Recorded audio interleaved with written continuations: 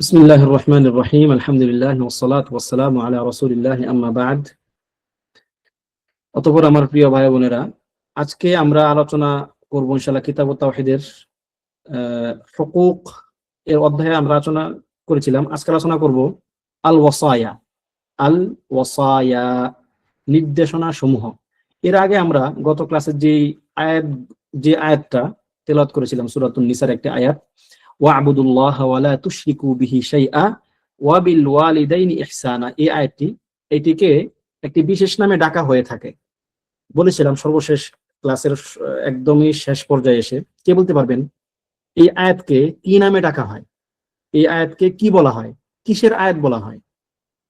আয়াতুল হুকুক। আহসানত, বারাকাল্লাহু ফীকি।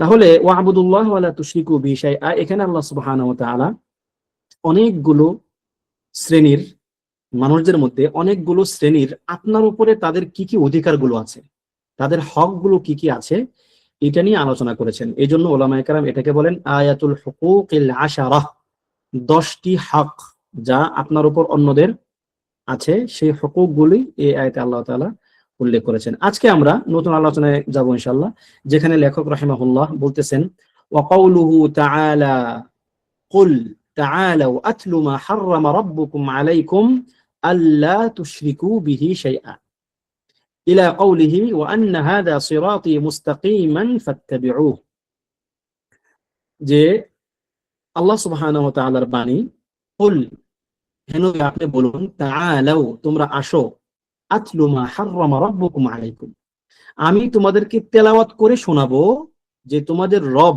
তোমাদের উপর কি কি হারাম করেছেন। এবার তিনি হারাম কি কি করেছেন সেগুলোর একটা বিস্তারিত বা অনেকগুলো প্রকার উল্লেখ করবেন। তার মধ্যে প্রথম হচ্ছে আল্লা তুশরিকু বিহি শাইআ, যে তোমরা আল্লাহ সুবহানাহু ওয়া তাআলার সঙ্গে বা তোমাদের রবের সঙ্গে কোনো কিছুকে শরীক করবে না। এটি হচ্ছে সর্বপ্রথম হারাম কাজ। আমরা এর আগের আয়াতে যেটা পড়েছিলাম সেখানে কি পড়েছিলাম, ওয়া'বুদুল্লাহ, তোমরা আল্লাহর ইবাদত করো। তাহলে এটা হচ্ছে আল্লাহ তাআলার হক আপনার উপরে, আপনি আল্লাহ তাআলার ইবাদত করবেন, ঠিক আছে?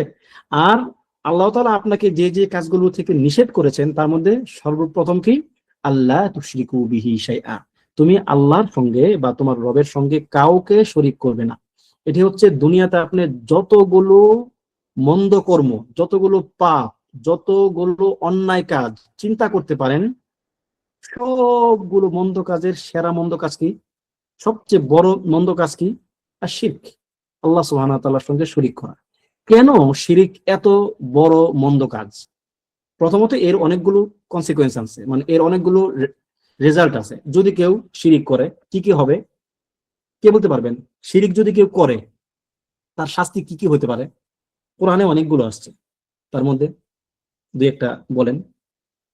ইন্না শিরকা লাযুলমান আযীম, ইন্না আল্লাহ শিরকা লা লাযুলমুন আযীম। আল্লাহ লা ইয়াগফিরু ইশরাকা মানে তার না, শোয় ওয়াহিদ তিলওয়াল আখার, একজনের পর একজন বলেন। জি বলেন জাহিদুল ভাই। ইন্নাল্লাহা লা ইয়াগফিরু আন ইউশরাকা বিহি ওয়া ইয়াগফিরু মা দুনা যালিকা লিমান ইয়াশা। মানে শিরক লাইন করলে, আশরাক, যদি কেউ শরীক করে আল্লাহ তাআলার সঙ্গে, আল্লাহ তাআলা তাকে এই শরীকের গুনাহ কখনোই ক্ষমা করবেন না। ইন্নাল্লাহা লা ইয়াগফির, আল্লাহ তাআলা ক্ষমা করবেন না আন ইউশরাকা বিহি, আল্লাহ তাআলার সঙ্গে শরীক করা হলে। এক নাম্বার পাইলাম। আরেকজন নিচে লেখছেন একজন, যে আমল ধ্বংস হয়ে যায়। হ্যাঁ, এটাও ঠিক। লা ইন আশরাকতা লা লাইন ইয়াহবাতান্না আশরাকতা লা আমালুকা, ইয়াহবাতান্না আমালুকা। যদি তুমি আল্লাহ তাআলার সঙ্গে শরীক করো তাহলে তোমার আমলগুলো বিনষ্ট হয়ে যাবে। দুইটা পাইলাম। 3 নাম্বার বলেন, আরেকটা বলেন। জাহান্নামে স্থায়ী হওয়া। আসছেন, যেমন ইন্নাহু মান ইউশরিক বিল্লাহ ফাকাদ হাররামাল্লাহু আলাইহিল জান্নাহ ওয়া মাওয়াহুন নার, ওয়া মাওয়াহুন নার। প্রথমত আল্লাহ তাআলা তার জন্য জান্নাত হারাম করবেন। জান্নাত হারাম করলে কিন্তু একটা চান্স থাকে, সেটা কি? আরাফবাসী হওয়া। আল্লাহ তাআলা সেটাও নাকচ করে দিলেন যে না, সে আরাফেও থাকবে না, সে জান্নাত জাহান্নামের মাঝখানেও সে থাকবে না, বরং ওয়া মাওয়াহুন নার, তার স্থান হচ্ছে জাহান্নামে। ওয়া মা লিয-যালিমিনা মিন আনসার, আর এই সমস্ত জালেমদের জন্য আল্লাহ তাআলা ছাড়া কোনো সাহায্যকারী থাকবে না। সুতরাং কোনো সাহায্যকারী না থাকা, জাহান্নামে স্থায়ী হওয়া, জান্নাত থেকে মাহরুম হওয়া এবং আমল বিনষ্ট হওয়া, আর কি আল্লাহ তাআলার ক্ষমা প্রাপ্ত না হওয়া। এর আরেকটা উদাহরণ আল্লাহ সুবহানাহু ওয়া তাআলা সূরাতু আল হাজ্জের মধ্যে দিয়েছেন। ومن يشرك بالله فكأنما خر من السماء فتخطفه الطير أو تهوي به الريح أو تهوي به الريح في مكان سحيق যে যদি কেউ আল্লাহর সঙ্গে শরীক করে তার অবস্থাটা কেমন, যেন সে আকাশ থেকে পড়ে গেল। আকাশ এত উঁচু জায়গা যেখান থেকে আপনাকে কেউ একজন ফেলে দিল ধাক্কা দিয়ে, ঠিক আছে? ফাকান্নামা খাররা মিনাস সামা, সে আকাশ থেকে বা উপর থেকে সে নিচের দিকে পড়ে গেল। সে যে পড়তেছে সে কিন্তু এখন একটা পরিপূর্ণ একটা অনিশ্চিত অবস্থার মধ্যে এখন সে আছে। এমন না যে সে কি নিচে ঠিক মতো পড়বে, তার হাত পা ভাঙবে না, সে মারা যাবে, টোটালি একটা অনিশ্চিত জীবন তার, ঠিক আছে? ফাকান্নামা খাররা মিনাস সামা ফাতাখতাফু আত-তায়র, এবং ওই অবস্থায় তার উপর আরেকটা বিপদ নেমে আসলো। কি? তাকে কিছু একটা মানে ছু মেরে নিয়ে গেল তাকে। মানে এখন তার কি, তার অবস্থাটা আরো বেশি অনিশ্চিত। এখন যারা তাকে নিয়ে গেল সেখানে গিয়ে তার অবস্থা কি হবে? এরপরে কি তাহুই বিহির রিহ ফি মাকানিন সাহিক, অথবা তাকে বাতাস এমন ভাবে উড়ায় নিয়ে গেল খুব দূরবর্তী একটা স্থানে, ঠিক আছে? অর্থাৎ একজন ব্যক্তি যখন আল্লাহর সঙ্গে শরীক করে তখন তার জীবনের সকল নিরাপত্তা সে হারিয়ে ফেলে, দুনিয়াতে এবং আখিরাতে, ঠিক আছে? আল্লাযীনা আমানু ওয়া লাম ইয়ালবিসু ঈমানাহুম বিযুলমিন উলাইকা লাহুমুল আমন ওয়া হুম মুহতাদুন, যারা আল্লাহর সঙ্গে শরীক করবে না এবং আল্লাহর প্রতি ঈমান আনবে তাদের ঈমানটা জুলমের মাধ্যমে কি কলুষিত করবে না, শরীকের মাধ্যমে আল্লাহ তাআলার সঙ্গে, তার জন্য রয়েছে নিরাপত্তা। তাহলে মাফহুমুল মুখালাফা, বিপরীত বুঝতে তাহলে কি, যে আল্লাহর সঙ্গে শরীক করবে এবং তার প্রতি ঈমান পরিপূর্ণভাবে আনবে না তার জন্য নিরাপত্তা নাই, নিরাপত্তা দুনিয়া এবং আখিরাতে উভয় জায়গাতেই। তাহলে এত ভয়াবহ শরীকের গুনাহ, আমাদেরকে অবশ্যই এই শিরিক থেকে বেঁচে থাকার চেষ্টা করতে হবে। একজন এখানে বললেন যে উনি নাকি বুঝতে পারেন নাই, কি বুঝতে পারেন না, এটা বুঝিনি, জান্নাত হারাম হলেও আরাফে থাকা যাবে না। আরাফে থাকা যাবে না ব্যাপারটা এমন না, এটা জাস্ট বোঝানোর জন্য বললাম। হতে পারে যে আল্লাহ তাআলা তার জন্য জান্নাত হারাম করে দিবেন, হয়তো তার মধ্যে একটা আশা থাকতে পারে যে তাহলে তো আমি আরাফে থাকতে পারি। মানে আরাফ হচ্ছে কি জান্নাত এবং জাহান্নামের মাঝখানে, কারণ এক শ্রেণীর মানুষ থাকবে যাদেরকে আল্লাহ তাআলা নির্দিষ্ট একটা সময়ের জন্য আরাফে রাখবেন, মানে জান্নাত জাহান্নামের মাঝখানে রাখবেন, তারা না জাহান্নামী হবে না তারা জান্নাতে হবে। এরপর আল্লাহ তাআলা তাদেরকে তাদের অবস্থার উপরে জান্নাতে দিয়ে দিবেন। কিন্তু ওই যে একটা ক্ষীণ আশা যে আমি হয়তো কি জান্নাতে যাইতে না পারলো আরাফে হয়তো থাকতে পারবো না, তাদের ওই সুযোগ নয়, আল্লাহ তাআলা সেটাও নাকচ করে দিলেন। কি ওয়াহুন না, ঠিক আছে? তাহলে মূলত এটি হচ্ছে আমাদের জীবনে আমরা যদি সবচেয়ে বেশি কোনো কিছুকে ভয় পাই, আশঙ্কা থাকে আমাদের, তাহলে আমাদের এই শিরিক নিয়ে আশঙ্কা থাকা দরকার। আবু হুরায়রা রাদিয়াল্লাহু আনহু তিনি একদিন সেজদায় গিয়ে দোয়া করতেছেন, আল্লাহ আমি আপনার নিকট পানা চাই শিরিক থেকে, চুরি থেকে, জিনা থেকে ইত্যাদি নানান গুনার কথা উল্লেখ করে করে তিনি আল্লাহর নিকট পানা চাচ্ছেন। তো এক তাবিঈ তার পাশে ছিলেন, বললেন যে হে আবু হুরায়রা, আপনি কি আপনার নিজের জন্য এরকম আশঙ্কা করেন যে আপনি শরীক করবেন, আপনি আবার মুশরিক হয়ে যাবেন, আপনি চুরি করবেন, জিনা করবেন? তখন তিনি বললেন যে অভিশপ্ত শয়তান যতদিন পর্যন্ত বেঁচে আছে আমি নিরাপদ বোধ করি কিভাবে? আল্লাহু আকবার, এটা কত বড় একটা অনুভূতি! চিন্তা করছেন, এক সাহাবিয়ুন জলিল, আল্লাহ তাআলা যাদের ব্যাপারে বলেছেন রাদিয়াল্লাহু আনহুম ওয়া রাদু আন, তাদের প্রতি আল্লাহ তাআলা সন্তুষ্ট, তারা আল্লাহর প্রতি সন্তুষ্ট। তাহলে এইরকম মানে একজন মানুষ আশঙ্কা করতেছেন যে তার দ্বারা শিরকের গুনাহ হয়ে যেতে পারে। সুতরাং আমাদের এরকম মানে মুসলমানের ঘরে জন্ম নিয়েছি, মুসলিম পরিবেশে থাকি, বিদেশে আমি কখনোই শরীক করব না, এরকম নিশ্চিত হয়ে যাওয়ার কোনো অপশন নাই। এই জন্য নবী সাল্লাল্লাহু আলাইহি ওয়াসাল্লাম আমাদেরকে কি দোয়া শিক্ষা দিয়েছেন, আল্লাহুম্মা ইন্নী আউযু বিকা আন উশরিকা বিকা শাইআ ওয়া আনা আ'লাম ওয়া আউযু বিকা মিনাল্লাযী লা আ'লাম। হে আল্লাহ, আমি জেনে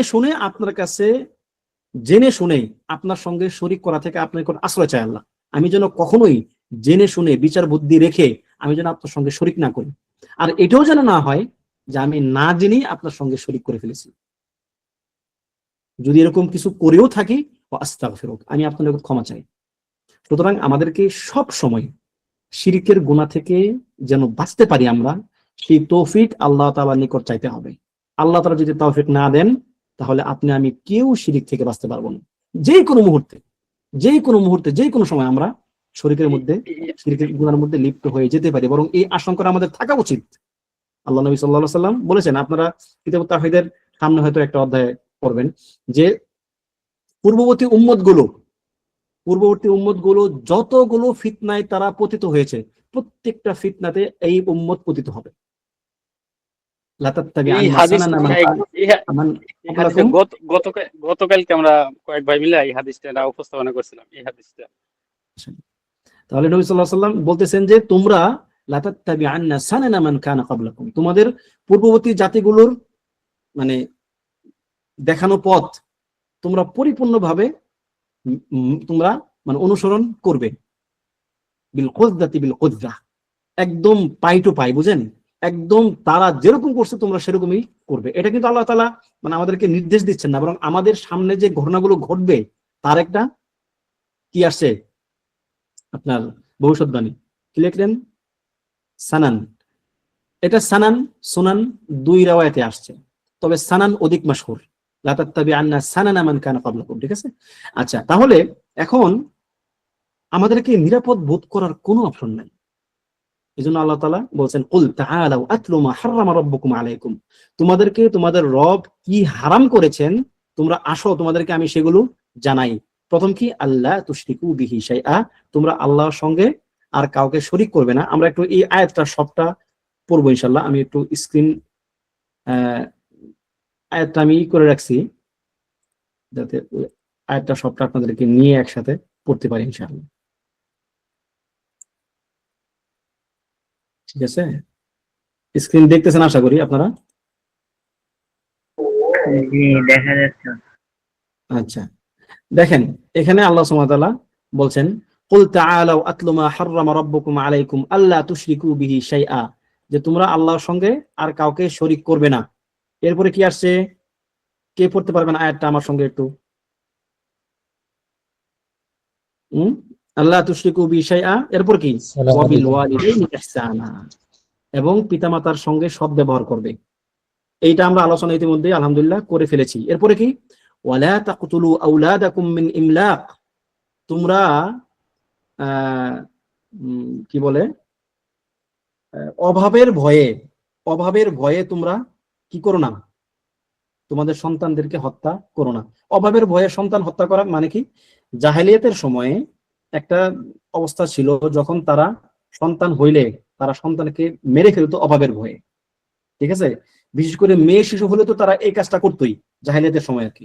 আবার কেউ কেউ ছেলেও চাইতো না, মানে তারা কোনো সন্তানই চাইতো না, এরকমও কিছু কিছু রাওয়ায়াতে পাওয়া যায়। তাহলে তারা সন্তান চাইতো না কেন?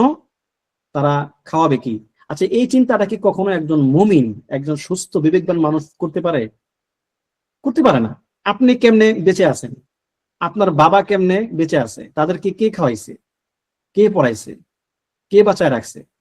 সুতরাং কেন আপনার সন্তানের বেলায় আপনার এরকম চিন্তা আসবে? এটা জাহিলিয়াতের সময় একরকম ছিল তাদের অবস্থা।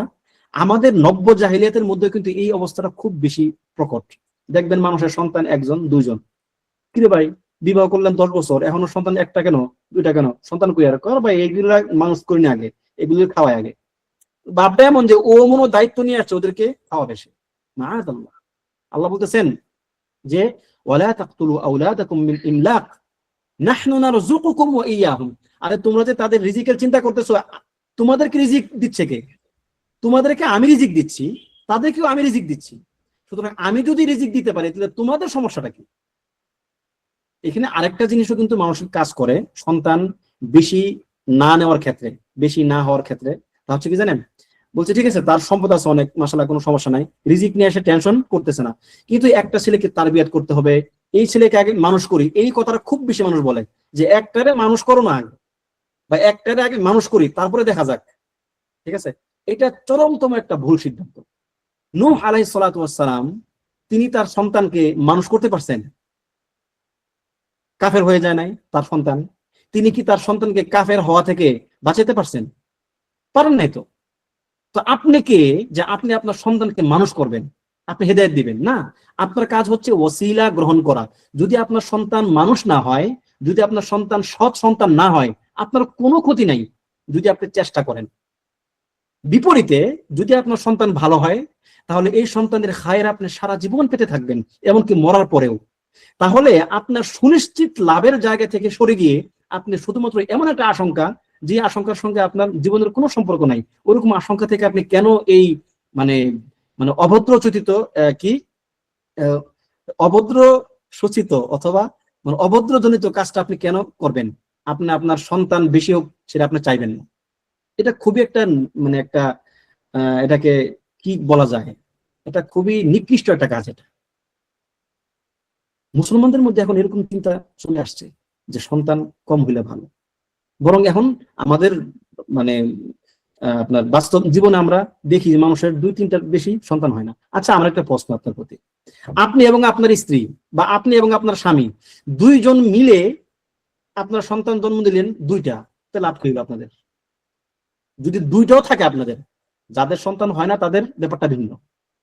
আপনারা 2জন মিলে 2টা মানুষ দুনিয়াতে নিয়ে আসলেন, আপনারা আবার 2জন মরে গেলেন, তাহলে লাভ কি হইল? দুনিয়াতে মানব মানব মানে মানুষের এই যে সভ্যতা, সেটাকে টিকে রাখতে তাহলে আপনার ভূমিকাটা কোন জায়গাতে? নাই, 0, সমান সমান। আর যাদের একটা, যার মানে যারা নেয় নাই তারা তো অদম। বরং আপনার চেষ্টা থাকতে হবে কি, যে সন্তানগুলো আপনার জন্য দোয়া করবে, যে সন্তান আপনার সম্পদ হবে, এই সন্তান যত বেশি হবে তত আপনার জন্য ভালো।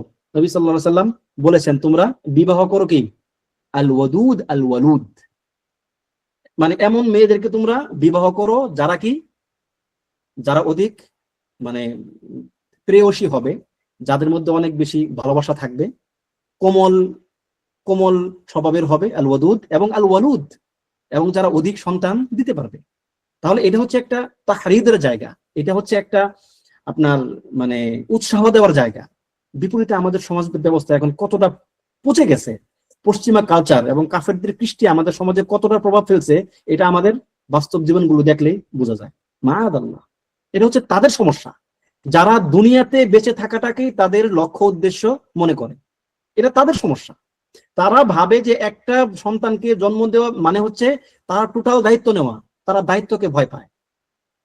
মুসলিমরা দায়িত্বকে স্বাগত জানায়, কারণ তারা বিশ্বাস করে যার দায়িত্ব যত বড়, যে তার দায়িত্ব পালন করতে গিয়ে যত বেশি কষ্ট করবে, আল্লাহ সুবহানাহু ওয়া তাআলার নিকট তার পুরস্কার তত বড়। সুতরাং কেন মানুষ এই পরীক্ষার জায়গাতে এসে পরীক্ষা থেকে পলায়ন করতে চায়, যে জায়গায় সে নিশ্চিত যে সে পলায়ন করতে পারবে না?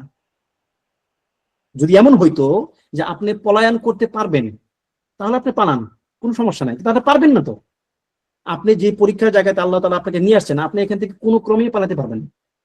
সুতরাং আপনি যেটা কখনোই পারবেন না, সেই চেষ্টা আপনি কেন করেন? অথচ যেটা আপনার সামনে আগানো উচিত, আল্লাহ সুবহানাহু ওয়া তাআলার তাকদীরের প্রতি ভালো ধারণা রেখে আপনার সামনে আগানো উচিত। আল্লাহ তাআলা আমাদেরকে এইগুলো বুঝ দান করেন।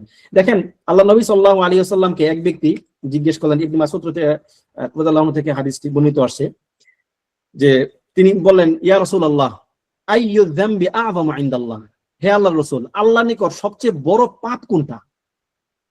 তখন তিনি বললেন, আন তাজআলা লিল্লাহি নিদ্দান ওয়া হুয়া খালাকাক, যে সবচেয়ে বড় গুনাহ হচ্ছে যে তুমি আল্লাহর সঙ্গে সমকক্ষ স্থির করবে, অথচ তিনি তোমাকে সৃষ্টি করেছেন। যিনি তোমাকে সৃষ্টি করলেন, তুমি তার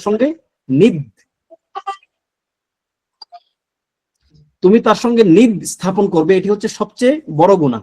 দ্বিতীয় গুনাহ কি? তিনি বললেন, কুলতু সুম্মা আইয়ুন, এরপর গুনাহ কি? তখন তিনি বললেন, ক্বালা আন তাকতুলা ওয়ালাদাকা খাশিয়াতা আইয়াতআমা মা'আক, যে তুমি তোমার সন্তানকে এই ভয়ে হত্যা করবে যে সে তোমার সঙ্গে খাবে, এই ভয়ে তুমি তাকে হত্যা করবে। এটা হচ্ছে দ্বিতীয় গুনাহ। এরপরে তিনি বললেন, কুলতু সুম্মা আইয়ু, এরপরের গুনাহ কি? তিনি বললেন, আন তুজানি বিহালিলাতি জারিক, যে তোমার প্রতিবেশীর স্ত্রীর সঙ্গে তুমি জিনা করবে। এটা হচ্ছে সবচেয়ে বড় গুনাহগুলোর মধ্যে একটা। এই কথাটা মানে এটা আমি ফোকাস করতে চাই। আমাদের সমাজ ব্যবস্থা, ওই যে বললাম, পচা সমাজ ব্যবস্থা, নষ্ট হয়ে গেছে, পচে গেছে। আমাদের সমাজ ব্যবস্থায় পর্দার বিধান ওইভাবে মানে বাস্তবায়ন না হওয়ার কারণে এই সমস্যাগুলো দেখবেন অহরহ হচ্ছে। পরকীয়া হচ্ছে, ওই প্রতিবেশী ভাবি, এই ভাবি শব্দটা শুনলে আমাদের গায়ে কি নুনের ছিটা লাগা উচিত। গায়ের মধ্যে ভাবি কোনো শব্দ নাই, ভাবি শব্দটাই খারাপ। ভাবি বুঝেন? ভাবি মানে যার সঙ্গে ভাব করা যায়, ভাব থেকে ভাবি। এই যে কাফের মুশরিকদের, হিন্দুদের শব্দ এগুলো। ভাবি বলতে কোনো শব্দ নাই, অথচ নবী সাল্লাল্লাহু আলাইহি সাল্লাম বলেছেন আল হামুল মাউত। হামু, হামু মানে কি? মানে স্বামী অথবা স্ত্রী উভয়ের কাছাকাছি আত্মীয় যারা থাকবে তারা হচ্ছে হামু, তারা হচ্ছে মৃত্যুর সমান। কেন মৃত্যুর সমান? একটা মেয়ে যদি পর্দা না করে, সে যদি বাইরে ঘুরে, বাইরের রাস্তা যদি তাকে কেউ টিজ করে, ওই টিজটা হবে সাময়িক সময়ের জন্য। ওই ছেলে তাকে দেখছে, তাৎক্ষণিক তার মধ্যে একটা শয়তান চাপছে, সে তাকে একটু উত্ত্যক্ত করছে, চলে গেছে, শেষ। ওর প্রভাব কম। কিন্তু যে নাকি যার সঙ্গে আপনি সারাক্ষণ ঘরে থাকবেন, আপনার পাশের ঘর, পাশের রুম, যাকে আপনি সারাক্ষণ দেখবেন, তার দ্বারা বরং আক্রান্ত হওয়ার সম্ভাবনা থাকে বেশি। এই জন্য নবী সাল্লাল্লাহু আলাইহি ওয়াসাল্লাম বলছেন আল হামুল মাউত। আপনার প্রতিবেশী, ঘরের আশপাশে যে সমস্ত নারী পুরুষ, নারী হলে পুরুষ, পুরুষ হলে নারী, যাদের সঙ্গে পর্দা করা ওয়াজিব তাদের সঙ্গে পর্দা করতে হবে। কেননা এখানে ফিতনার সংখ্যা বেশি থাকে বাহিরের চেয়ে। ঠিক আছে? তো আমাদের এই কালচার গুলোকে আস্তে আস্তে একদম শেষ করে ফেলতে হবে। তারা আমাদেরকে এমন কিছু একটা কালচার আমাদের সমাজে দিয়ে রাখছে যে যেন কিছুই না, আমার খালাতো বোন, আমার আমার চাচাতো বোন, আরে সমস্যা কি, আমরা একসাথে বড় হয়েছি ছোট থেকে, মাআযাল্লাহ, আমার ভাবি, আমার দুলাভাই, আমার শালি, এগুলো কি? এগুলো ফিতনা, এগুলো জাহালাত, এগুলো মূর্খতা। আল্লাহ নবী সাল্লাল্লাহু আলাইহি ওয়াসাল্লাম এগুলো থেকে আমাদেরকে খুব বেশি সাবধান করেছেন।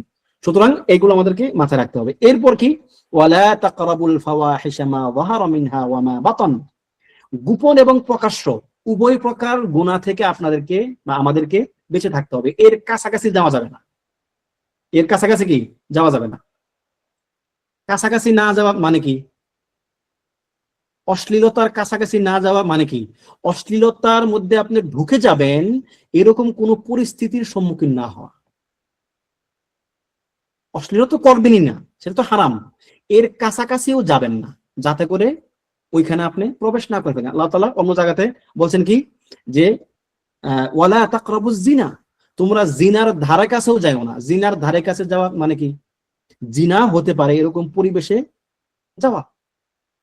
আপনার ডিভাইসে আপনি এমন কিছু দেখতেছেন যেটা আপনাকে জিনার দিকে নিয়ে যাচ্ছে না, তাহলে আপনি ডিভাইস থেকে আপনি দূরে থাকবেন। আপনি এমন এক জায়গায় যাচ্ছেন যেখানে বেপরদা নারী পুরুষ আছে, না, আপনি সে জায়গায় যাবেন না। প্রয়োজন থাকলেও যাবেন না, বিরত থাকার চেষ্টা করবেন। তাহলে এটা হচ্ছে ওয়ালা তাকরাবুল ফাওয়াহিশা মা যাহারা মিনহা ওয়া মা বাতান। এরপরে কি? ওয়ালা তাকতুলুন নাফসাল্লাতী হারামাল্লাহু ইল্লা বিল হক। এবং আল্লাহ সুবহানাহু ওয়া তাআলা জায়েজ করেছেন এরকম কোন মানে ক্ষেত্র পাত্র ছাড়া কাউকে হত্যা করা যাবে না। যে প্রাণগুলোকে হত্যা করা আল্লাহ সুবহানাহু ওয়া তাআলা হারাম করেছেন, এই প্রাণকে হত্যা করা যাবে না। সেটা কি? মুসলিমের প্রাণ। কোন মুসলিম ব্যক্তির প্রাণ আপনি হরণ করতে পারবেন না। বরং এটা হচ্ছে সবচেয়ে বড় গুনাহগুলোর মধ্যে একটা, ওয়াকাতলুন নাফস। যদি কোনো ব্যক্তি একজন ব্যক্তিকে অন্যায়ভাবে হত্যা করে, ফাকান্নামা কাতালান নাস জামিআ, যদি কেউ অন্যায়ভাবে একজন ব্যক্তিকে হত্যা করে, সেই জন্য পুরো মানব জাতিকে হত্যা করে ফেলল। কেন? কারণ জানেন কি? কারণ কোন কোন উলামায়ে কেরাম বলেন, যে ব্যক্তি একজন ব্যক্তিকে অন্যায়ভাবে হত্যা করতে পারলো, তার মানে তার হত্যা করার সাহস তার আছে। তার একটা প্রয়োজনে সে একটা কি করে, মানে একটা প্রয়োজনে তার সে একজনকে হত্যা করতে পারলো। যদি তার প্রয়োজন হয়, তার মানে তার প্রয়োজনে সে হাজার লোককেও সে হত্যা করতে পারে। এই যে জুরআহ, এই যে তার সাহস, সে যে করতে পারে, এই অনুভূতির জন্য আল্লাহ তাআলা বলছেন ফাকান্নামা কাতালান নাস জামিআ, সেজন্য পুরো মানব জাতিকে সে হত্যা করে ফেলল। সুতরাং একজনকে হত্যা করা পুরো মানব জাতিকে হত্যা করার সমান। হত্যা তো করা যাবেই না, হত্যার ধারা কাছেও যাওয়া যাবে না।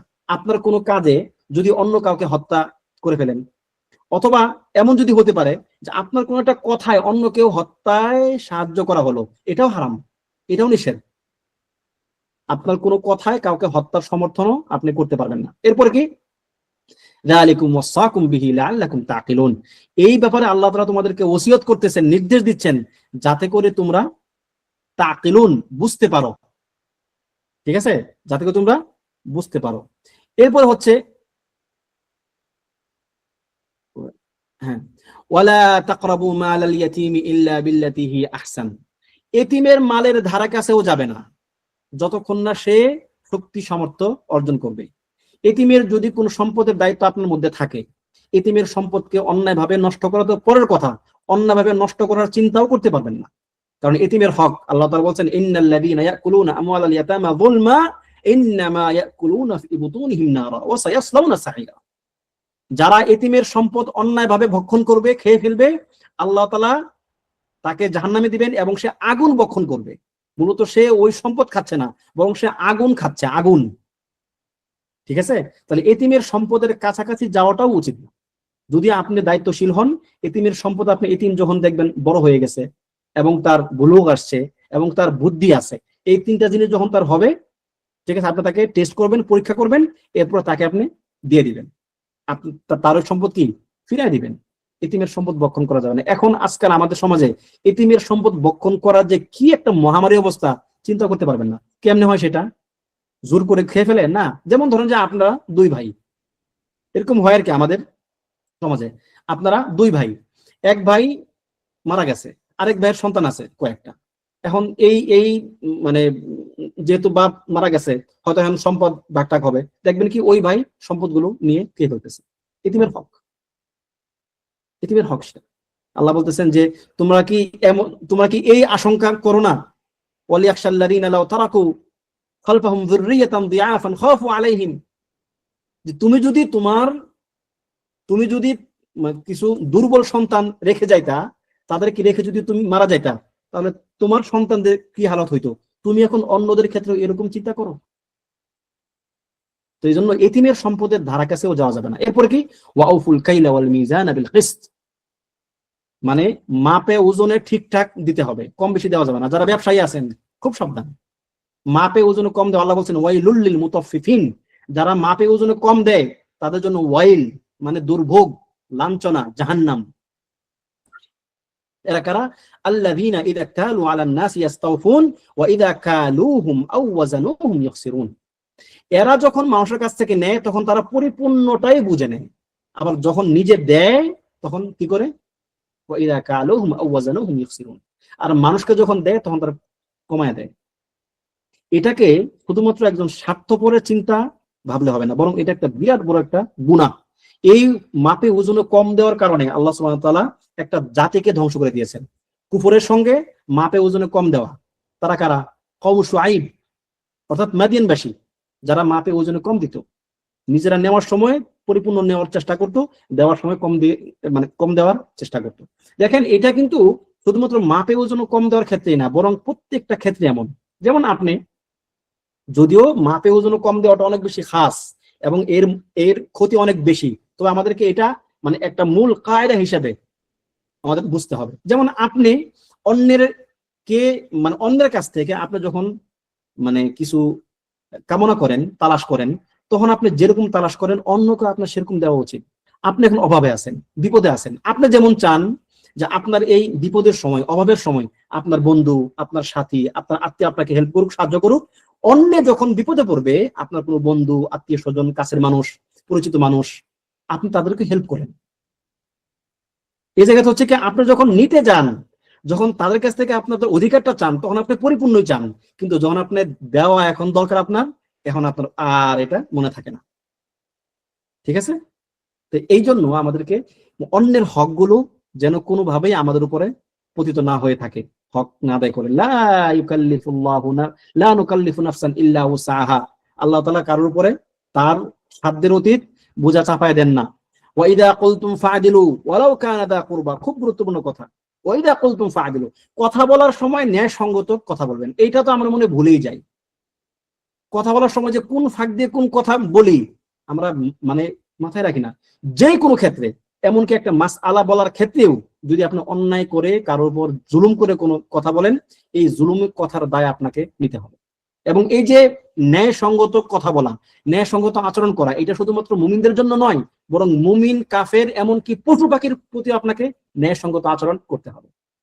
এটা হচ্ছে ইসলামের শিক্ষা। আল্লাহ তাআলা কি বলছেন সূরাত মায়েদার মধ্যে দুবার বলছেন আল্লাহ তাআলা যে ওয়ালা ইয়াজরিমান্নাকুম শানাআনু কওমিন আন সাদ্দুকুম আনিল মাসজিদিল হারামি আন তা'তাদু, যে একটা কওম তোমাদেরকে মসজিদে হারামে ঢুকতে দেয় নাই, অবশ্যই তারা অপরাধ করছে, তাদের এই অপরাধের কারণে যেন তোমাদেরকে তোমাদেরকে যেন মানে তোমাদের দিল যেন তাদের প্রতি অন্যায় আচরণ করতে উদ্বুদ্ধ না করে। সাবধান, তারা অপরাধ করছে কোনো সন্দেহ নাই, কিন্তু একটা অপরাধের বিপক্ষে একটা অপরাধ হতে পারে না। তাহলে ইনসাফ, ন্যায়, এটা হচ্ছে একটা ইসলামের মৌলিক বিধান। আল্লাহ সুবহানাহু ওয়া তাআলা নিজের জন্য তিনি ইনসাফ যেটা তিনি লাজিম করে নিয়েছেন, তিনি নিজের জন্য জুলুমকে হারাম করে দিয়েছেন। ঠিক আছে, আল্লাহ তাআলা কি বললেন আপনার ইয়াতে হাদিসে কুদসিতে, ইন্নী হারামতু আলাইয়া যুলম, আমি আমার জন্য জুলুমকে হারাম করেছি, সুতরাং তোমাদের উপর আমি জুলুমকে হারাম করেছি। তোমরা একজন একজনকে ফালা তাযালামু, তোমরা একজন একজনকে জুলুম করবে না, ন্যায়সঙ্গত কথা ছাড়া, ন্যায়সঙ্গত আচরণ ছাড়া করবে না। সুতরাং যখন কথা বলবেন একটু হিসাব কিতাব করে কথা বলবেন, একটু চুপ থাকার চেষ্টা করবেন। যদি ন্যায়সঙ্গত কথা বলতে না পারেন তাহলে চুপ থাকবেন। আপনার চুপ থাকাটা তখন অন্যের একটা কি কল্যাণ হবে। কিন্তু ওয়াইদা কুলতুম, যদি কথা বলেন তাহলে ফাআদিলু, ন্যায়সঙ্গত এবং উত্তম কথা বলবেন, অহেতুক কথা বলবেন না। ওয়ালাউ কানা যা কুরবা, যদিও সেটা দেখা যাবে যে আপনার নিজের বিপক্ষে যাবে, আপনার কোনো আত্মীয়ের বিপক্ষে যাবে, যাক, ন্যায় তো ন্যায়। এবং ওয়াবি আহদিল্লাহি আউফু, আল্লাহ তোমাদেরকে যেই নির্দেশনাগুলো উপরে দিয়েছেন তোমরা এগুলো পরিপূর্ণ করো। যালিকুম ওয়াসাকুম বিহি লাআল্লাকুম তাযাক্কারুন, এই ব্যাপারে আল্লাহ তাআলা তোমাদেরকে ওসিয়ত করতেছেন, নির্দেশ দিচ্ছেন, যাতে করে তোমরা তাযাক্কারুন, শিক্ষা গ্রহণ করতে পারো। এরপরে আসছে সর্বশেষ আয়াত, ওয়া আন্না হাযা সিরাতী মুস্তাকিমান ফাত্তাবিউহু, এবং এটি হচ্ছে আমার একমাত্র সঠিক পথ, সোজা পথ, সুতরাং তোমরা এই সোজা পথের অনুসরণ করো। ওয়ালা তাত্তাবিউস সুবুল, এবং বিভিন্ন পথ অনুসরণ করবে না। এই সোজা পথটা কি? এই সোজা পথ হচ্ছে সিরাতুল মুস্তাকিম, যা হচ্ছে সিরাতু ফিরকাতিন নাজিয়া, যে জায়গায় নবী সাল্লাল্লাহু আলাইহি সাল্লাম বলেছেন যে এই উম্মত, কাফেররা তো বাদ, এই উম্মত ৭৩ দলে বিভক্ত হয়ে যাবে, সকলে জাহান্নামে যাবে একটা দল ছাড়া। তারা কারা? কুল্লু উম্মতি ইয়াদখুলুনাল জান্নাতা ইল্লা মান আবা। ইল্লা মান আবা, এরপর কি? কিলা ওয়া মান এটা আবা ইয়া রাসূলুল্লাহ, ক্বালা মান আতাআনি দাখালাল জান্নাহ ওয়া মান আসানি ফাকাদ আবা। আহসান, মানে এটা একটা হাদিস, কিন্তু আরেকটা হাদিস আছে আপনার, যেটা হচ্ছে আল্লাহ নবী সাল্লাল্লাহু আলাইহি সাল্লাম সেখানে বলতেছেন যে আল জামাআ, যারা জামাতবদ্ধ থাকবে, আর এরা হচ্ছে ফিরকাতুন নাজিয়া, যারা মুক্তিপ্রাপ্ত দল। এই মুক্তিপ্রাপ্ত দল হচ্ছে আল্লাহ নবী সাল্লাল্লাহু আলাইহি সাল্লামকে পরিপূর্ণ আনুগত্য অনুসরণকারী দল। এটা কোনো দল না, এটা হচ্ছে একটা মানহাজ। তাহলে এখন কথা হচ্ছে কি যে মানে আপনাকে ফিরকাতুন নাজিয়া, নবী সাল্লাল্লাহু আলাইহি সাল্লামের আদর্শের উপর প্রতিষ্ঠিত থাকার চেষ্টা করতে হবে, এবং এটাই হচ্ছে আন্না হাযা সিরাতী মুস্তাকিমা, একটাই মাত্র পথ, এখানে অনেকগুলো পথ নাই, পথ একটাই। আর অনেকগুলো পথ হচ্ছে কাফেরদের, শয়তানের। জাহান্নামে যাওয়ার পথ অনেকগুলো, জান্নাতে যাওয়ার পথ একটা সোজা। ঠিক আছে, ফাতাফাররাকা বিকুম আন সাবিলি, যদি আপনি বিভিন্ন এদিক সেদিক ছুটেন, ডানে বামে ছুটেন, তাহলে কি আপনি পথের বিভ্রান্তিতে আপনি পড়ে যাবেন। যালিকুম ওয়াসাকুম বিহি লাআল্লাকুম তাত্তাকুন, এবং এটা আল্লাহ তাআলা তোমাদেরকে নির্দেশ দিচ্ছেন কেন? যাতে করে তোমরা তাকওয়া অবলম্বন করতে পারো। আচ্ছা, তাকওয়া অবলম্বন করতে পারা, এখানে দেখবেন এই যে 3টা আয়াত আমরা যখন তেলাওয়াত করলাম, প্রথমটা হচ্ছে লাআল্লাকুম তাকিলুন, তারপরে লাআল্লাকুম তাযাক্কারুন, তারপরে লাআল্লাকুম তাত্তাকুন। উলামায়ে কেরাম বলেন যদি কেউ বুঝে, আকল খাটায়, যদি কেউ বুঝতে পারে, সে ইয়াতাযাক্কার, সে উপদেশ গ্রহণ করে, আর যে উপদেশ গ্রহণ করে সে আল্লাহ তাআলাকে ভয় করে চলে। সুতরাং এই 3টা নির্দেশনা হচ্ছে আপনার আমার জীবনের সঙ্গে ওতপ্রোতভাবে জড়িত। আমাদেরকে বুঝতে হবে, না বুঝে, জ্ঞান না খাটিয়ে আপনি দিন মানতে পারবেন না। বুঝার পরে আপনি এটাকে আপনার জীবনে আমল করতে হবে, তাযকির করতে হবে, উপদেশ গ্রহণ করতে হবে, এরপরে আপনি তাকওয়া অবলম্বন করে চলতে হবে আল্লাহ তাআলার সাহায্য পাওয়ার জন্য। এরপরে এখানে শেষ করলাম, দেখি এরপরে মূল মাতনে কি আছে। মূল মাতনে এরপরে আসছে হচ্ছে ওয়া আন্না হাযা সিরাতী মুস্তাকিমান ফাত্তাবিউহু, আমরা এতটুকু পর্যন্ত অনুবাদ সহকারে পড়লাম। এরপরে তিনি বলেন রাহিমাহুল্লাহ, ক্বালা ইবনে মাসউদ রাদিয়াল্লাহু আনহু, ইবনে মাসউদ রাদিয়াল্লাহু আনহু বলেন, মান আরাদা আন ইয়ানজুরা ইলা ওয়াসিয়্যাতি মুহাম্মাদিন আল্লাতী আলাইহা খাতামুহু ফালইকরা, এরপর তিনি এই আয়াতটা তেলাওয়াত করেন যেটা আমরা উপরে পড়লাম, 3টা আয়াত। যে ব্যক্তি মান আরাদা আন ইয়ানজুরা ইলা ওয়াসিয়্যাতি মুহাম্মাদ, যে ব্যক্তি মুহাম্মদ সাল্লাল্লাহু আলাইহি সাল্লামের ওসিয়তের দিকে তাকাইতে চায়, তার ওসিয়ত থাকে না মানুষের শেষ ইচ্ছা। আমরা ওসিয়ত বলতে কি বুঝি? আমাদের জীবনের শেষ ইচ্ছা, উইল।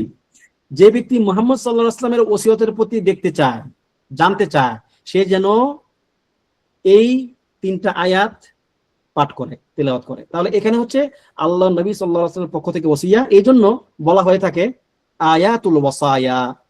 এই 3টা আয়াত হচ্ছে কি? ওসিয়াতের আয়াত, মানে নবী সাল্লাল্লাহু আলাইহি ওয়াসাল্লামের পক্ষ থেকে ওসিয়াতের আয়াত হচ্ছে এই 3টা। এরপর হচ্ছে লেখক রাহিমাহুল্লাহ বলেন, ওয়ান মুআয ইবনে জাবাল রাদিয়াল্লাহু আনহু قال, মুআয বিন জাবাল থেকে বর্ণিত। অনেকে প্রশ্ন লিখতেছেন, আমি এগুলো শুধু পপ আপ আসতেছে, আমি দেখতেছি না, ইনশাআল্লাহ ক্লাসের পরে উত্তর দেব আর কি। তো মুআয বিন জাবাল রাদিয়াল্লাহু আনহু বলেন, قال, তিনি বলেন, কুনতু রাদিফান নবী সাল্লাল্লাহু আলাইহি ওয়াসাল্লাম, আমি নবী সাল্লাল্লাহু আলাইহি ওয়াসাল্লামের পিছনে ছিলাম। কোথায়? আলা হিমারিন, একটি গাধার উপরে। ফাকালা ইয়া মুআয, তিনি বললেন, হে মুআয, আতাদরি মা হাক্কুল্লাহি আলাল ইবাদ, তুমি কি জানো যে বান্দাদের উপরে আল্লাহ তাআলার হক কি?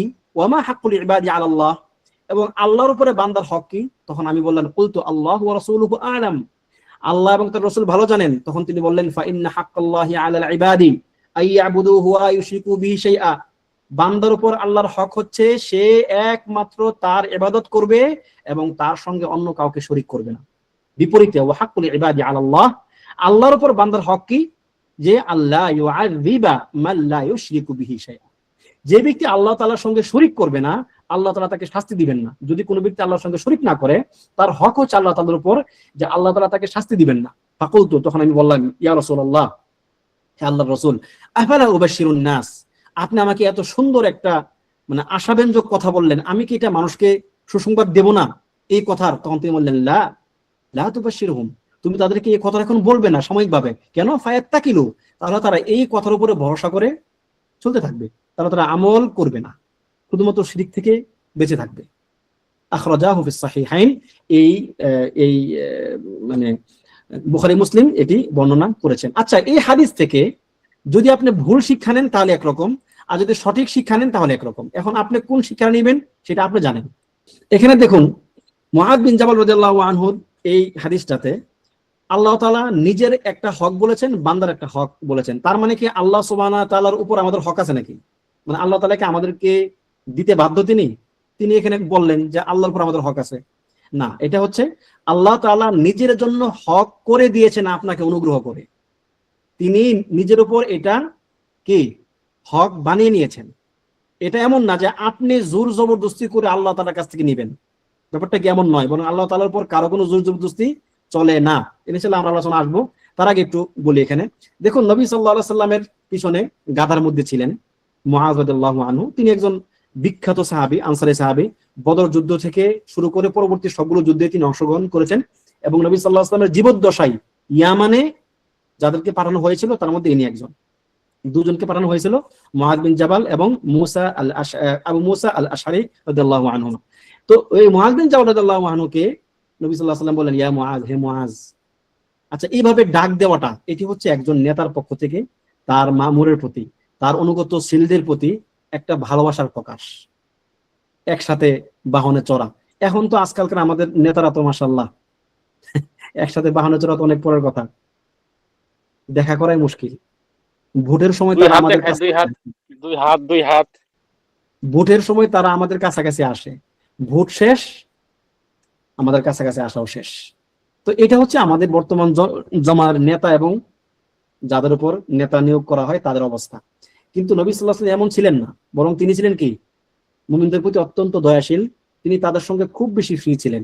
বাচ্চারা তাকে নবী সাল্লাল্লাহু আলাইহি ওয়াসাল্লামকে নিয়ে, বাচ্চারা ছোট ছোট বাচ্চারা তার হাত ধরে নিয়ে পুরা মদিনা ঘুরতো খেলার চলে, এবং তিনি তাদের সঙ্গে দৌড়াইতেন, ঘুরতেন, ফিরতেন, সালাম দিতেন, কথা বলতেন। তাহলে এটা হলো একজন নেতৃত্ব যিনি দিতে চান। যদি আপনি নেতা হতে চান, আপনাকে ছোট হতে হবে, আপনাকে দয়াশীল হতে হবে, আপনাকে নরম হতে হবে, কঠোর হওয়া যাবে না। এজন্য আল্লাহ সুবহানাহু ওয়া তাআলা তার নবীকে বলেছেন, ফাবিমা রাহমাতিন মিনাল্লাহি লিনতা লাহুম, আল্লাহর বিশেষ রহমত আপনার উপরে যে আপনি তাদের প্রতি দয়াশীল হয়েছেন, নরম হয়েছেন। ওয়ালাউ কুনতা ফাযযান গালিযাল কলবি লানফাদ্দু মিন হাওলিক, যদি আপনি কঠিন হৃদয়ের অধিকারী হতেন, যদি আপনার কথার মধ্যে একটা রূঢ় ভাষী হতেন আপনি, তাহলে কি তারা আপনার আশপাশে ভিড়ত না। তার মানে মানুষ নরম কথা খুঁজে, মানুষ একটু মমতার কথা খুঁজে। এই জন্য যারা নেতৃত্ব দিতে চান যে কোনো পর্যায়ে, এমনকি ঘরের মধ্যেও, আপনার স্ত্রীরও যদি আপনি নেতা হতে চান, স্ত্রীর সঙ্গে সুন্দর কথা বলেন। খেস খেস খেস খেস সারাক্ষণ ঘসঘস করা, এগুলো কোনো মানে ভালো পুরুষের কাজ না। এগুলো যারা নেতা মানে কি, নেতৃত্ব যে কোনো পর্যায়ে হতে পারে, আপনার সন্তানদের উপর, আপনার স্ত্রীর উপর আপনি নেতা। এরপরে এই গন্ডি একটু উপরে গেলে কি আপনি আপনার সমাজের অনেকের উপর আপনি নেতা। এরপরে এই গন্ডি আরো ছাড়া গেলে আপনি একটা দেশের নেতা। তাহলে সর্বনিম্ন নেতৃত্ব হচ্ছে আপনার ঘরের মধ্যে, আপনার স্ত্রী, আপনার সন্তানের উপরে। তাদের সঙ্গে আপনি নেতৃত্ব সুলভ আচরণ কেমন করেন? বাইরে আপনি খুব একদম নরম সরম মানুষ, ঘরের মধ্যে আসলে আপনি ভাগ হয়ে যান, এটা সমস্যা, এটা মুশকিল। আমাদেরকে এই নবুয়তি অভ্যাসগুলো আমাদেরকে কি করতে হবে? ধারণ করতে হবে। নবী সাল্লাল্লাহু আলাইহি ওয়াসাল্লাম যখন ঘরে যেতেন, তখন তিনি তার স্ত্রীদের সঙ্গে খুব সুন্দর এবং নরম আচরণ করতেন, তিনি কখনো কঠোর আচরণ করতেন না। তবে হ্যাঁ, আদব শিক্ষা দেওয়ার জন্য তিনি কঠোর হতেন, সেটা অন্য মাসআলা। কিন্তু স্বাভাবিক জীবনে তিনি একজন রূঢ়ভাষী, তিনি একজন কঠোর মানুষ, এই ছিল তার মানে এইটা তার পরিচয়ের মধ্যে ছিল না। তার পরিচয় ছিল তিনি একজন নরম মানুষ, তিনি একজন কোমল মানুষ। ঠিক আছে? তো এই অভ্যাসগুলো আমাদের ধারণ করা দরকার। তিনি বললেন যে বান্দার উপর আল্লাহর হক এবং আল্লাহর উপর বান্দার হক, এই জিজ্ঞেস করার এই কি উদ্দেশ্য কি, মানে কারণ কি? আপনি যদি দেখেন, এটা একটা নবুয়তি আর একটা উসলুব। আপনি যদি কাউকে কোনো একটা গুরুত্বপূর্ণ কথা বলতে চান, তাহলে আপনি তাকে আগে একটা জিজ্ঞাসাবাদ করে তার ব্রেনটাকে একটু আগে নাড়া দেন, তাকে আপনি আগে সচেতন করেন। দেখবেন কোরআনে অনেক জায়গাতে আসছে এটা, আলাম তারা ইলাল্লাযিনা, আপনি কি তাদের দিকে দেখেন নাই? আলাম তারা ইলা রাব্বিকা, আপনি কি আপনার রবের দিকে দেখেন নাই? মানে এরকম যে প্রশ্ন করা, এই প্রশ্ন করার মাধ্যমে আল্লাহ সুবহানাহু ওয়া তাআলা মূলত ব্যক্তির ব্রেনটাকে সজাগ করেন যে সাবধান, এখন তুমি দেখো আমি তোমাকে একটা কথা বলতেছি। তাহলে আপনি যখন দাওয়াত দিবেন কাউকে, দাওয়াতের ক্ষেত্রে এটা একটা সুন্দর উসলুব, তার ব্রেনটাকে আপনার দিকে আকৃষ্ট করার জন্য আপনি তাকে একটা আগে প্রশ্ন করেন। প্রশ্ন করলে এরপর সে আপনার থেকে উত্তর শুনতে সে কি হবে? প্রস্তুত হবে। অন্যথায় দেখবেন যে আপনি বক্তা, যেমন এখন আমি বক্তব্য দিচ্ছি, হয়তো অনেকেই ঘুমাচ্ছেন, মানে আপনাদের প্রতি মন্দ মানে আপনাদের প্রতি মন্দ ধারণা রাখতেছি না। ওই যে আবার ইসমাইল ভাই ওই মানে ইমোজি দিয়ে জানানো যে উনি কি সজাগ আছে। হ্যাঁ, তাহলে দেখেন, আপনি যখন কাউকে কথা বলবেন, তার অবস্থাটা আগে মানে বোঝার চেষ্টা করবেন। যদি তাকে একটু যদি দেখেন যে অমনোযোগী, তাকে একটু মনোযোগী করার চেষ্টা করবেন। এরপর আল্লাহ নবী সাল্লাল্লাহু আলাইহি ওয়াসাল্লাম তাকে একদম ইসলামের মৌলিক দুইটা প্রশ্ন করেছেন, একদম মৌলিক প্রশ্ন। এই দুইটার প্রশ্নের উত্তর যদি আপনার জানা থাকে এবং এই দুইটার প্রশ্ন যদি আপনি মজবুত হয়ে যান আপনার মধ্যে, ইনশাআল্লাহ আপনার দুনিয়া এবং আখিরাতে আপনার শান্তি এবং কল্যাণ। কেননা এটাই হচ্ছে আপনার জীবনের সবচেয়ে বড় প্রশ্ন, যে মানে আল্লাহর প্রতি আপনার দায়িত্বটা কি, আপনার উপর আল্লাহ তাআলার হকটা কি। যদি আপনি এটা জানেন, তাহলে আপনার দুনিয়ার সব হারাই গেলে আপনার কোনো সমস্যা নাই। কেন? কারণ আপনি যিনি সবকিছু দেওয়ার যিনি মালিক, আপনি জানেন যে তাকে কেমনে সন্তুষ্ট করতে হয়। যদি আপনার সব হারায় যায়, তবু কি আপনার কোনো ক্ষতি নাই, কারণ আপনি জানেন যে কোথায় গেলে আমি সেটা পাবো, কিভাবে পাবো। ঠিক আছে?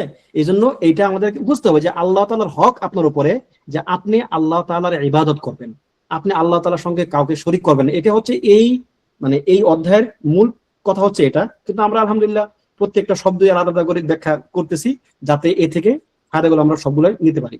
এরপরে কি আপনার উপর কি আল্লাহ তাআলার হক আছে। এরপরে আপনি আল্লাহ তাআলার হক যেটা মানে আপনার উপরে, আপনি সাধ্যমতো চেষ্টা করে আদায় করার জন্য চেষ্টা করি। এবার আপনি আল্লাহ নিকট কি আশা করতে পারেন? এবার আল্লাহ তাআলা বলতেছেন যে কি আল্লাহ তাআলা আপনাকে শাস্তি দিবেন না। এটা হচ্ছে আপনার জন্য সবচেয়ে বড় নিয়ামতগুলোর মধ্যে একটা। এখন কেউ একজন প্রশ্ন করতে পারে, যে প্রশ্নটাই করা উচিত না, যে আল্লাহ তাআলা তাকে শাস্তি দিবেন না, আল্লাহ তাআলাকে মাআদাল্লাহ, মানে আমি কি তাকে বলছি যে আপনি আমাকে সৃষ্টি করেন, আপনি আমাকে সৃষ্টি করলেন কেন? ঠিক আছে? এটা কিন্তু নাস্তিকদের উল্টাপাল্টা প্রশ্ন কিন্তু এগুলা থাকতে পারে। এই জন্য আমাদের একটা কায়দা আছে যে লা ইউকালু ফি আকদারিল্লাহি লিমা, আল্লাহ তাআলা যেটা সিদ্ধান্ত নিয়ে নেবেন ওই ক্ষেত্রে আপনি লিমা, কেন আপনি এরকম করলেন, কেন আপনি আমাকে সৃষ্টি করলেন, কেন আপনাকে জান্নাতে দিবেন, কেন আপনাকে জান্নাত দিবেন না, এরকম প্রশ্ন আল্লাহ তাআলাকে আপনি করতে পারবেন। আল্লাহ তাআলা লা ইউসআলু আম্মা ইয়াফআল, আল্লাহ তাআলা যে কাজগুলো করবেন তাকে ওই কাজের ব্যাপারে কেউ জিজ্ঞাসাবাদ করতে পারবে না। ওয়াহুম ইউসআলুন, বরং বিপরীতে আল্লাহ তাআলা মানুষকে জিজ্ঞাসাবাদ করবেন। ঠিক আছে? তাহলে আল্লাহ তাআলা আপনাকে দয়া করে শাস্তি দিবেন না, এটা হচ্ছে আপনার জন্য সবচেয়ে বড় পাওয়া, যে আমান যুহজিহা আনিন নারি ওয়া উদখিলা জান্নাতা ফাকাদ ফাজ। আপনার সফলতা হচ্ছে এই জায়গায় যে আখেরাতে কিয়ামতের দিনে শেষ দিনে আল্লাহ তাআলা আপনাকে জান্নাতে দিবেন, জাহান্নাম থেকে বাঁচায় রাখবেন। আপনার সবচেয়ে বড় সফলতা হচ্ছে এই জায়গায়। সফলতা এদিক সেদিক খুঁজে কোনো লাভ নাই। কিতাবাদি পড়বেন, চাকরি করবেন, ব্যবসা করবেন, এই করবেন, ওই করবেন, নেতা হবেন, ধনী হবেন, কোনো সফলতা নাই এর মধ্যে। সফলতা হচ্ছে আপনি কি জাহান্নাম থেকে বাঁচতে পারলেন কিনা, আপনি কি আল্লাহ তাআলার শাস্তি থেকে বাঁচতে পারলেন কিনা, এই জায়গাতে হচ্ছে আপনার সফলতা। এবং এটা আপনি এখন জেনে গেলেন, যদি আপনি এক আল্লাহর ইবাদত করেন এবং তার সঙ্গে শরীক না করেন, আল্লাহ তাআলা আপনাকে শাস্তি দিবেন না। মা ইয়াফআলুল্লাহু বিআযাবিকুম ইন শাকারতুম ওয়া আমানতুম, সূরা নিসার মধ্যে আসছে যে যদি তোমরা আল্লাহর প্রতি ঈমান আনো আর যদি তার প্রতি শুকরগুজার হও, তাহলে তোমাদেরকে শাস্তি দিয়ে আল্লাহর কি লাভ। আল্লাহু আকবার। এটা হচ্ছে আমাদের রব, যিনি কাতাবা আলা নাফসিহির রাহমাহ, যিনি নিজের জন্য দয়া করাকে লাজিম করে নিয়েছেন। তিনি দয়া করবেন, এটা কি তিনি নিজের উপরে লাজিম করে নিয়েছেন। দেখেন এখানে আল্লাহ তাআলা নিজের উপর মানে আপনার ই করা, কোনো কিছু বাধ্য করে নেওয়া, লাজিম করে নেওয়া, এটা জায়েজ, এটা হতে পারে। এই ক্ষেত্রে আল্লাহ তাআলার উপরে বান্দার হক, এই ক্ষেত্রে তিনটা কওল পাওয়া যায় মানে ইতিহাসে আর কি। একটা হচ্ছে ধরেন মানে মুতাজিলাদের মত এটা, যে আল্লাহ তাআলার উপরে বান্দার কোনো হক নেই, তারা টোটাল অফ করে দেয়, নাই কোনো হক নেই। ঠিক আছে। আরেক দলের কওল কি, যে আল্লাহ তাআলার উপরে বান্দার না, দুঃখিত, মুতাজিলা হচ্ছে উল্টাটা, যে তাদের পরিপূর্ণ হক আছে আল্লাহর উপরে, কি আল্লাহ তাআলা তাকে জাহান্নামে দিতে পারবে না যদি, কারণ কি সবকিছু আল্লাহ তাআলার পক্ষ থেকে হচ্ছে। নাকি পেঁচ লাগাই ফেললাম? হক তিনটা। একদল বলে কি, যে আল্লাহ তাআলার উপর বান্দার হক আছে, মানে হক আছে বলতে কি এমন যে আল্লাহ তাআলা সেটা করতে বাধ্য, যেমন আসলাহ, কারণ আল্লাহ তাআলা সব সময় ভালো কাজ তিনি করতে বাধ্য, মাআদাল্লাহ, মানে এইভাবে তারা এটাকে বিবেচনা করে। আর আরেক দল হচ্ছে কি যে না, মানে আল্লাহ তাআলার উপর কোনো হক নাই বান্দার, যেমন জাহমিয়ারা বলে, অথবা যেমন ধরেন যে আপনার ইয়ারা বলে আর কি, আশআইরাদের একটা আপনার এই কল হচ্ছে এটা।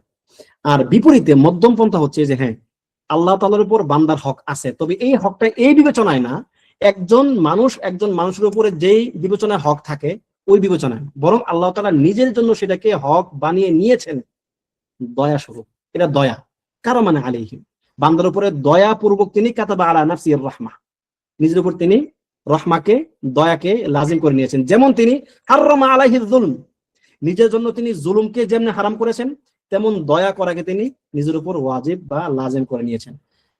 আল্লাহ তাআলা আমাদেরকে এই দয়া পাওয়ার যোগ্য করে দিন, আমিন। এরপরে নবী সাল্লাল্লাহু আলাইহি ওয়াসাল্লাম তাকে বললেন যে তুমি এটা কাউকে বলবে না। কেন? মানুষ যখন সুযোগ পায় তখন মানুষ বড় কিছু করতে চায় না আর কি, কঠিন কিছু করতে চায় না। যদিও মুআয বিন জাবাল রাদিয়াল্লাহু আনহু শেষ জীবনে এসে এই হাদিস বর্ণনা করেছেন, কেন? যাতে ইলম গোপন না থাকে। এবং এটা এখন আমাদের জন্য একটা বিরাট বড় আশার জায়গা, যে আমাদের রব আমাদেরকে শাস্তি দিতে চান না, বরং তিনি আমাদেরকে ক্ষমা করতেই চান, যে আমরা তার সেই দেখানো পথে হাঁটি। আল্লাহ তাআলা আমাদেরকে হেফাজত করুন, তৌফিক দান করুন তার সন্তোষভাজন পথে হাঁটার, আমিন। ওয়া সাল্লাল্লাহু ওয়া সাল্লামা আলা নাবিয়িনা মুহাম্মদ ওয়া আলা আলিহি ওয়া সাহবিহি আজমাইন।